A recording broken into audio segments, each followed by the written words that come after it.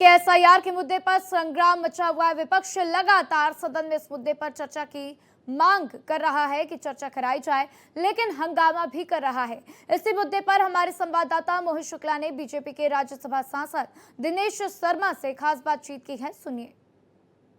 India block की तमाम पार्टियां आज संसद से लेकर सड़क तक यानी कि चुनाव आयोग तक एक साथ 300 विपक्षी सांसद कदम ताल करते हुए नजर आएंगे। लेकिन आखिरकार एसआईआर के मुद्दे पर इतना बवाल क्यों है, और बवाल है तो फिर सवाल क्यों है? इन सभी चीजों का जवाब जानने के लिए हम उत्तर प्रदेश के पूर्व डिप्टी सीएम दिनेश शर्मा जी के पास पहुंचे हुए हैं। आखिरकार ये संसद में चल क्या रहा है? जब से संसद की शुरुआत होती है हम देख रहे हैं कि मानसून सत्र में जो जरूरी काम है हो नहीं पा रहे।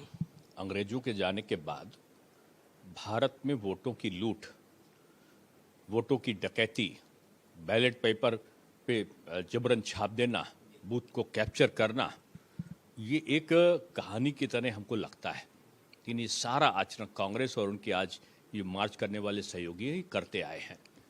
ये वोट की राहजनी करते थे, ये वोट की डकैती करते थे।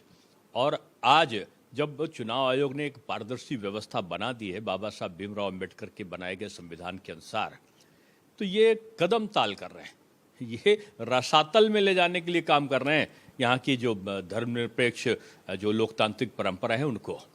और चुनाव आयोग को अगर इतना ही है, आप कदम ताल करने के बजाय 12 बजे जयराम जी को दिया है समय, आप रखो, सबूत दो ना। आप सबूत दो, जो राहुल गांधी जी ने प्रेस कॉन्फ्रेंस करके कहा है उसके आप सबूत एफिडेविट पे दो, जो चुनाव आयोग का संविधान है। एसआईआर भी तो इसीलिए क्या किया जा रहा है, चुनाव आयोग भी ये कह रहा है कि साहब अगर कहीं कोई गलती है तो आप कम से कम बताइए, और इसीलिए तो हम एसआईआर कर रहे हैं जिससे डुप्लीकेसी खत्म हो। लेकिन ये धरातल से रसातल की लड़ाई अब कहां ले जाके छोड़ेगी? बस अब रसातल में तो विपक्ष है ही है, उससे बाहर नहीं निकलेगा। और ये अगर इनके चाहते हैं ना कि जो मरे हुए लोगों के नाम हैं वो ना कटे और आके डाल दें, ये चाहते हैं जो बांग्लादेशी घुसपैठियों के या कहीं के नाम दर्ज इन्होंने कराए फर्जी, वो ना कटे। अरे भाई, मतदान तो वही करेगा जो भारत का नागरिक है, जो बिहार का नागरिक है। आप बिहार के चुनाव में बाहर के लोगों का मतदान क्यों कराना चाहते हो? फर्जी वोट अब नहीं चलेगा। बचपन में हम लोग जब क्रिकेट खेलते थे ना, जो पहले बैटिंग कर लिया और जब बॉलिंग की नौबत आती थी तो भाग जाते थे बैट लेके। लोग ऐसा करते थे, जो बचपन में बच्चे ऐसा करते थे। राहुल जी वैसे करते, आरोप लगाओ और भाग जाओ, बगैर सबूत के आओ और मीडिया का ट्रायल दो और भाग जाओ। अब नहीं चलने वाला। ये युवा भारत मोदी जी का बदला हुआ भारत है। मानहानि भी झेलते हैं, मुकदमेबाजी भी झेलते हैं।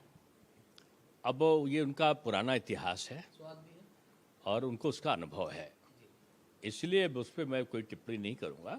इतना ही कहूँगा कि आदरणीय राहुल जी, सकारात्मक राजनीति में ही भारत का लोकतंत्र की मजबूती छिपी है। आप नकारात्मक राजनीति करते जाएंगे और आप लगातार हारते जाएंगे, आपको जनता बख्शने वाली नहीं है। देने के लिए बहुत शुक्रिया। तो साफ तौर पर आप देखिए कि आज दोपहर 12 बजे चुनाव आयोग ने जयराम रमेश को बुलाया है और कहा है कि साहब सफाई दीजिए, सबूत दीजिए, क्योंकि जो लोग अब तक खुद सबूत मांगते हैं उनसे अगर आप सबूत मांगे जाते हैं तो ये देखना दिलचस्प होगा कि 12 बजे क्या होता है। दिल्ली से कैमरा पर्सन रमेश राय के साथ मैं मोहित शुक्ला, भारत एक्सप्रेस।